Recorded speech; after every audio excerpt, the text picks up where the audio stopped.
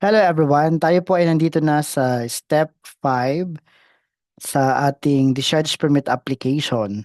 At kung mapapansin nyo rito, meron tayong application form na ma-generate.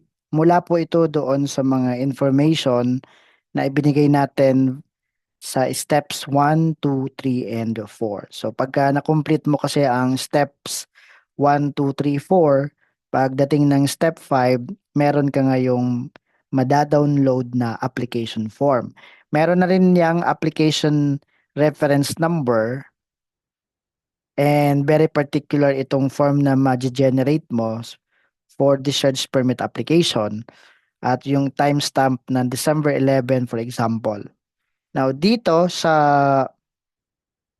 part na ito, hindi naman ibig sabihin meron ka na niyang information and timestamp ay nasubmit mo na, hindi pa.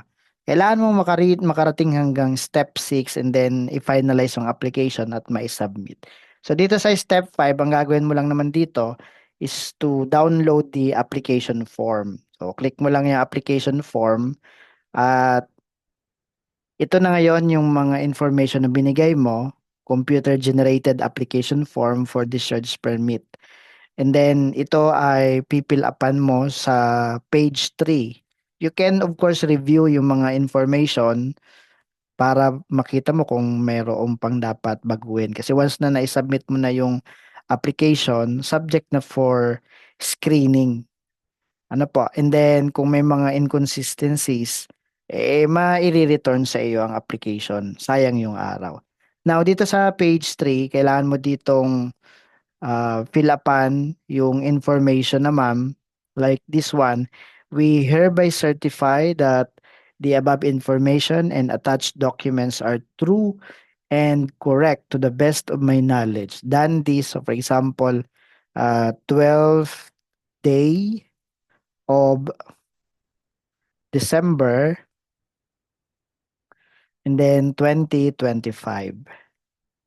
Tapos dito, yung pangalan ng Pollution Control Officer, for example, Juan Cruz. And then dito naman yung pangalan ng Managing Head, Chief Executive Officer or yung highest executive officer, yung President o kung ano mang tawag pa sa kanya, owner. So dito natin ilalagay halimbawa Peter S. Pan. So ito ay for printing and then for signature. And then dito sa baba, ipapanotaryo natin ito.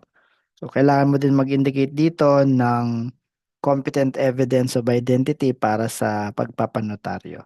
So, wala naman masyadong formula yung step 5. Kailangan mo lang itong i-generate and then i-print, pirmahan, and then ipanotaryo. Okay? So, pagkatapos mong panotaryo yung application form na ito, babalik ka syempre sa iyong account. Mula po nung step 2, after mong ma-reach yung step 2, na-save na yung information dyan. So kung ikaw may nakarating ng step 5, yung na-save na rin yung step 1, 2, 3, and 4. So pagka ma-generate mo tong application form, ida-download mo nga lang and then ipiprint. So parang mag-close ka muna ng iyong application sa iyong account dito, magko-close ka muna. Kasi magpapapirma ka, magpapanotaryo ka. And then, pwede kang mag-login pabalik. And then, syempre, diretso ka na dito sa step number 6. Ang step number 6 na ay ang pag-submit na ng mga required application documents. So, yan ang step number 5 at I hope na tutunan nyo ang steps 1 to 4 and then step 5 at ready na kayo sa step number 6 sa pag-submit ng mga required documents. So if kung nakatulong sa iyo ang video na to, please like this video, please share this video, and you're encouraged to ask questions below. Thank you very much for time listening and God bless us all.